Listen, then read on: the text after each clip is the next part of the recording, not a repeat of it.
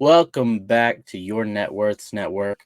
I'm your host, Corey McNabb, and this is a networking style podcast where we bring up special guests, we learn a little about them, learn about their business, and see how we can all work together. My goal in life is to rise to a place of excellence, and I want to bring you with me. So, that being said, let's introduce our special guest, Mr. Lars Larsson. What's up, Lars? How you Hi, doing? y'all. I'm doing good. That's good to hear, man. Well, Lars, we'll just dive into it. Go ahead and tell us a little bit about yourself. Well, I guess I'll start off with a Marine Corps veteran. Uh, been in the aerospace industry for the last 24 years. Uh, I always been interested in real estate and just had the wrong mindset. It's more of like what you don't know, you don't know. So I really felt like I really needed a lot of my own money in order to get going. And I stumbled across an interview with Pace Morby, and he blew my mind. And over that weekend, I probably listened to about, I don't know, solid 40 hours of content of his. That next Monday, I was on the phone with setting up my LLCs and started jumping into the elephant challenges.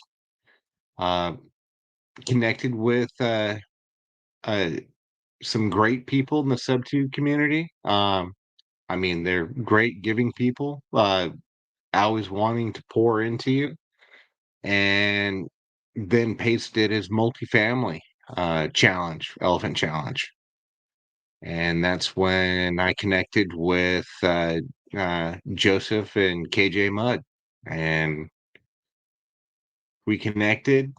I hopped in there and I was working exclusively doing a broker outreach with them. And then fast forward a little bit, we expanded our team and brought on a single family wholesaling aspect of it. So I jumped in there as well.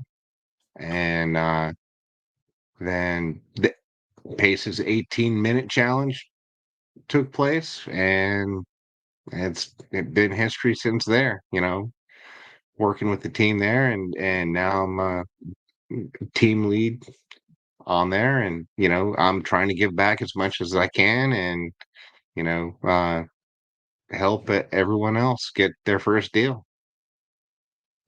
Fantastic. So, you started in multifamily, and now you're also working single family. Are you still doing multifamily stuff? I am. Yep. Okay. And what So would you say you prefer more of?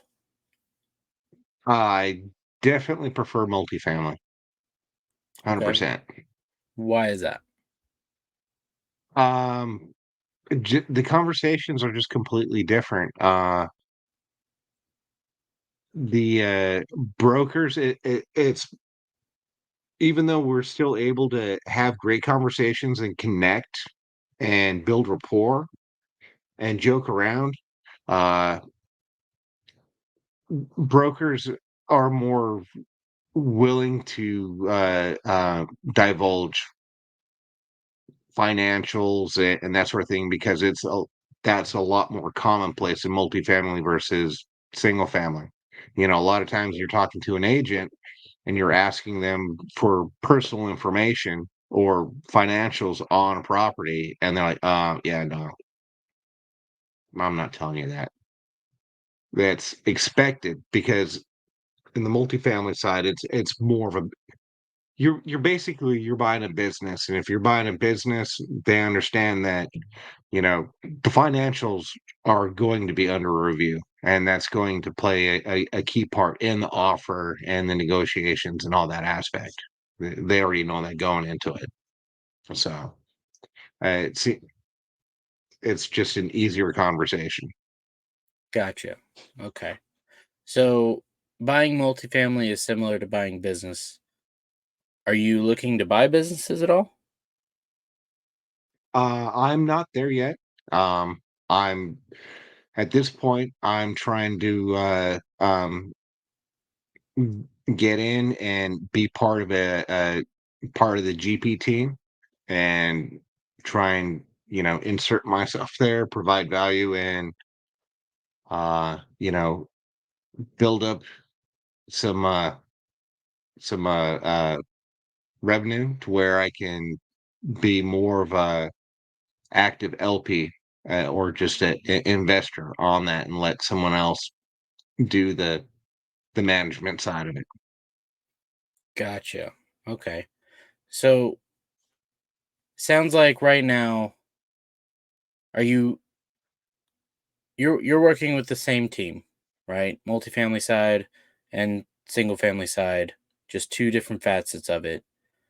Mhm. Um, but what are your goals long term? Um, Long-term goals is I want to be able to quit my W-2. I want, I've got zero faith in the 401k. So I know that I need to be able to provide for me and my family for the future, when I retire. And I really believe that real estate is that the best avenue in order to make that happen. So, you know, um, I gotcha. that's that's basically the main driver, for that aspect. I mean, I wish I could say that I had some like world changing goal, and but I would expect that that would be something once I get the initial bases covered, something that I would take on. Well, I mean, honestly, like what you're talking about is world changing, but to someone, right? I'm assuming that would change your world, that would change your spouse's world, that would change your kids' world, right? Mhm. So don't belittle it, man. It is world changing. Right, right. No, I Um, mean, because I mean, you were on the conversation that everyone else wasn't part of it, but I mean, a lot of people were, and I mean, I heard some great whys, and I was blown away with some of the things that I heard, and I'm like, wow, I yeah, I'm I'm so selfish right now. I'm thinking so like I need to take care of mine, and then I'll think about everyone else. yeah. So for those watching, just so you know, me and Lars are actually on the same team. We're both team leads. And me and Jamie, who was on earlier episode, hosted a meeting where we went over everyone's basically purpose or their why. Why are they in real estate? So that's what he's referring to, just so nobody's confused. Um, but Lars, kind of what I'm curious is for to achieve your goals, is it more beneficial to stay working with someone or working under someone, or are you planning on branching out on your own company, sometime in the future? I love working with Joseph and that whole team. I mean, I can see myself working with them, you know, forever. I mean, they're great. I mean, we align so well, and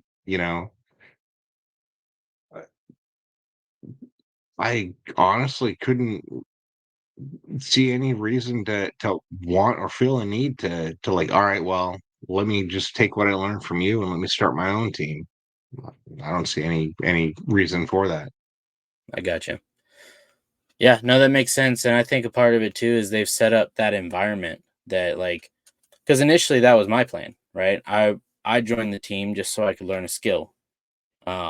And that way I could move on and do my own thing afterwards. I'm still gonna dabble in my own stuff, right? But I think they've made an environment that we could actually build those skills and then partner with them on certain deals and stuff like that. So I think what they've got going on is amazing. Yeah, yeah, it's definitely a family environment. Yeah. More family than quote unquote team. I Hmm. mean, Absolutely. um, and I mean, definitely, we're building lifelong relationships here. Yeah. No, I definitely agree. Um, so you said that your W-2, you were in the aerospace industry. Is that right? Yes. Hmm. I'm curious about that. How did you get into that, or why did you get into that? All right. Yeah. That's so my father was a corporate uh pilot and also an A&P mechanic for that plane. So as a kid, I grew up around the hangar and planes and stuff like that. And I knew by the time I was 5, I wanted to either fly planes or work on planes. Fast forward, I joined the Marine Corps and I had a guaranteed job as being an aircraft mechanic because I figured out that I don't like sitting still for too long, and the pilot probably is not the best fit. So I just said I'm going to work on planes, and the Marine Corps, they'll train me and pay me to learn how to work on planes and team me up to get a good job. So I did that, got the good job, been doing that, and now here I am, getting much closer to age 50, and like I mentioned before, not a whole lot of faith in the 401k and, well, Social Security as well. So I'm like, I need to get off my butt and I need to create my own retirement. Yeah. No, I definitely get that. Plans change as knowledge comes in and wisdom. So I definitely get it. But that's awesome. That's I just the only experience I have with planes is riding on them every now and then. That's it. So well, cool. Is there? I guess I've never actually asked this question to anybody before. What are you passionate about? What am I passionate about? Honestly, I aside from the real estate side of stuff, well, like other interests aside from this aspect, Just or anything. well, the wife and I, we love live music, so we uh we go see live music at least once a week, and we've been doing that literally every weekend for since we've been together. Wow. Okay. I met someone else recently that was into live music. And like I have no problem listening to live music, but I've never considered like going out and specifically for live music. It's always I'll show up somewhere and be like, "Oh, they're playing live. That's cool." So, what Yeah. what about live music is so different to you? Oh, I mean, it's just everything. I mean, it's live, and I mean, you can you know see up close. You can see um, the musicians and what they're doing, and I don't know. It's an experience, so it's just something that I was I always enjoy doing, and fortunately, I met someone that's also a passion of theirs as well. That's awesome. So, have you ever run into like, because I'm assuming you guys go out to restaurants and listen, or do you go find other venues? Oh no. So um I'm in Charlotte, and there's a number of venues that have live music every Friday and Saturday night. Gotcha. So, and since we've been going out, we've connected and built relationships with a lot of the local musicians. So now they're friends. So anytime they're playing somewhere near us, it's like, on, all right, well, we're going to come out and support you. You know, not only do they play good music and we enjoy their show, but we're also supporting a friend. Gotcha. Okay. Yeah, I was about to ask, like, what do you do when you go out to listen to live music and it's just terrible? We move on to the next place. Awesome. Awesome. Yeah, yeah, because every now and again, yeah, there are some bands that roll through that, slip through the cracks and, somehow they manage to get booked and they're like, wow, yeah, y'all need to go practice some more. Oh man. Man. All right. Well, I mean, Lars, you seem like a pretty open book, you know? I don't really have to dig too deep to kind of get a feel for the kind of person you are. And I love that. That makes it super easy to really connect, I think. So, unless there's something else you want to chat about real quick, I got just a few questions I can ask you. Sure, man. Shoot. All right, cool. So, first off, I know Lars, we're in the same team, and I had posted, looking for people to be on my podcast. I'm gonna be honest with everybody watching. Sometimes it's slow, and I want to bring people on because I want to be able to provide you each week with a new amazing person. So, but that being s- blah, with that being said, what made you want to be on the podcast, Lars? Honestly, this is my first podcast. You put it out there. Yeah, I'm trying to step outside of my comfort zone and do different things and, you know, create more of a presence and give back. If I can, by me, sharing my story, my journey with you can benefit you in any way, awesome. Fantastic. And, and then me, getting on camera and again, feeling uncomfortable, you know, it's only going to get you're only going to get better or it's only going to get easier the more you do it. So, Absolutely. Absolutely. That is it's just reps, really.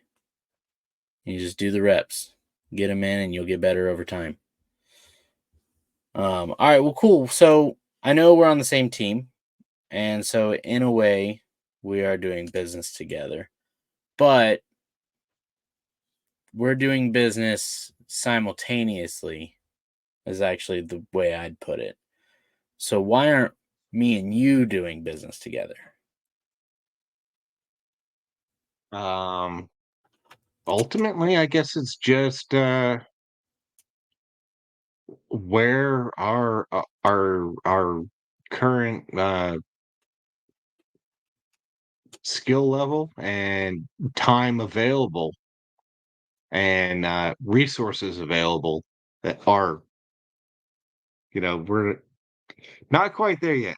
I mean, you know, I got you. I got you. We just got to work some things out. But we'll get there. We'll get there. I think yeah, I mean there's so many opportunities coming up that hopefully we'll be able to do something pretty big. So all right, well then that being dashed to the side, what would you say are your strengths in business or just in personal life? well, I keep being told that I build rapport either with agents or brokers very quickly. Uh, People seem to enjoy talking to me. I don't know. I just like to talk. And I hear that, you know, that I'm easy to talk to, I'm approachable, and, you know, things along those lines. So I would definitely say that's a strength. I'm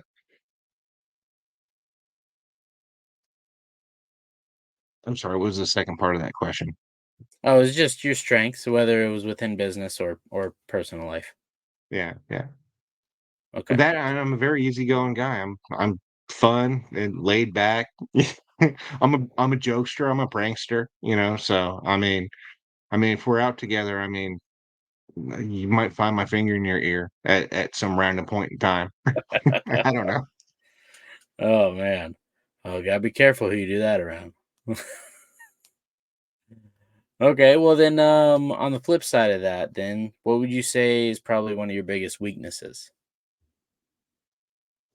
Social media presence. Gotcha. Uh, I not a big fan of it. I mean, I struggle with it, and realistically, I try if I've got spare time. I find social media, generally speaking, as a distraction from what it is that I'm doing. My W-2 consumes a lot of my time, so then any free time that I do have, I try to, focus on bringing value to the team instead of trying to create content or scroll and contribute. But I'll on the flip side, I understand the power and the necessity of having a social media presence. So Yeah. that's No, I the dichotomy right there that I struggle with. yeah, no, I definitely get that. Social media is definitely a weakness of mine as well. Um, but like you said, like I understand how powerful it can be. There's just a block that for some reason I'll start to make a post and I'm like, I don't know what to say. I don't know how to phrase it, how to whatever. So eventually I'm gonna get to the point where I just hire someone to do that. I'm gonna have them do Right? that. That's what I need. I need that person. There you go. All right. So if you're great at social media stuffs and you want to be a social media manager, I guess, for Lars, reach out. Um, so, all right, cool. So, Lars, what do you need help with in the next? No, I'm sorry. Let me rephrase this. What do you need help with that'll help make you money in the next 30 days? Um, Gosh, that's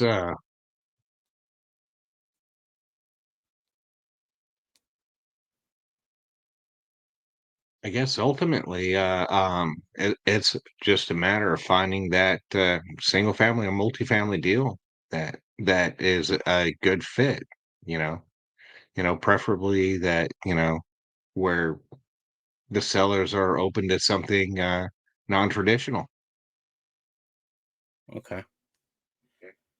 All right. So, So are you I know that's working kind of it, any exclusive? Are you looking agents, sellers? I know with the team we kind of focus on agents, but do you have a preference? I mean, I on single family side, I work with agents. Multifamily side, I'm talking with brokers. You know, Okay.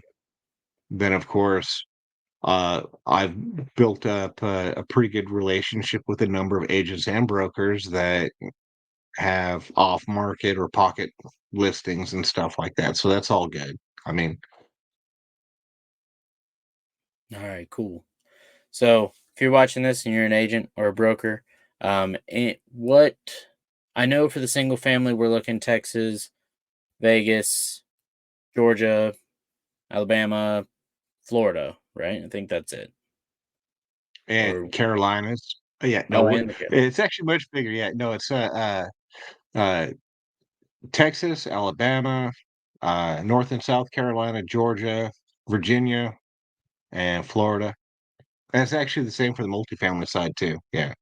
Gotcha. Okay, so if you're an And, agent or a broker in those markets and you have a seller that might be open to something a little less traditional, maybe they've got low equity, maybe they're just in a dire situation and need to sell fast, reach out to Lars. All right. Lars is your man. He's got you. He'll help you out. Well, I mean, I'm telling people to reach out to you, but that brings up a good question. Where can people get in touch with you? um, and again, I've got this great social media platform. Um, hell, I don't even know what my Instagram handle is. To be honest with you, I completely don't even understand Instagram. I'm completely lost on that one. Um, uh, I guess I should put my phone number on my name. I don't know if I can do that. Oh, I can put it up here in just a second. Let's see. So what you got for me? 704 579 0535. All right, guys. So boom, right there. 704-579-0535. There's my dyslexia Yep. kicking in. Awesome. Um, so yeah, cool. So if you got agents, brokers, got a deal, shoot Lars a text or give him a call, but not after 8 or 9, right? I think. Well, if you're texting, I don't care when you text. I'm a sound sleeper. I can sleep through anything. Ah, That's okay. actually that's my stupid human strength is I can just about sleep on command anywhere, and I can There you sleep go. standing. Oh wow. Okay. Cool. So yeah, that's pretty much all I got, Lars. I really appreciate it. Unless you have something else you want to throw out there real quick. No, no, I just appreciate you you know, giving me the chance to step outside of my comfort zone and do something different. Yeah, no problem. I mean, Anytime. I really appreciate everything that and all the value you bring to the team. I mean, you're a rock star. I mean, it's awesome. I appreciate it. But you're also a rock star. In fact, we might start a band. I did used to play bass. Oh, I'm a singer. Okay, well, So then we're about halfway there. Just need guitars and drums. that's right. Awesome. Well, Lars, I'm gonna send you back and close this thing up. All right. All right, man. All Well, right. thanks for having me. Yep. Thank you for being here. I really appreciate it. All right, guys. Well, that's our show. I mean, Lars, super personable, easy to talk to, and he's doing some great stuff. He's gonna really help the team, and I love like that he has no problem working with a team to achieve his goals. Right? A lot of times you get a lot of people that are like, "Oh, I'm just trying to take," but no, Lars is like, "Hey, I'm here. Let's build together." So I love it. That being said, guys, like if you like this stuff, like and subscribe. Come back next week. Leave comments. Do really whatever you want to do. It's your life. All right. But make it better every day. That's the only really beneficial thing that you need to do. So, that being said, until next time, hope you all have a wonderful day.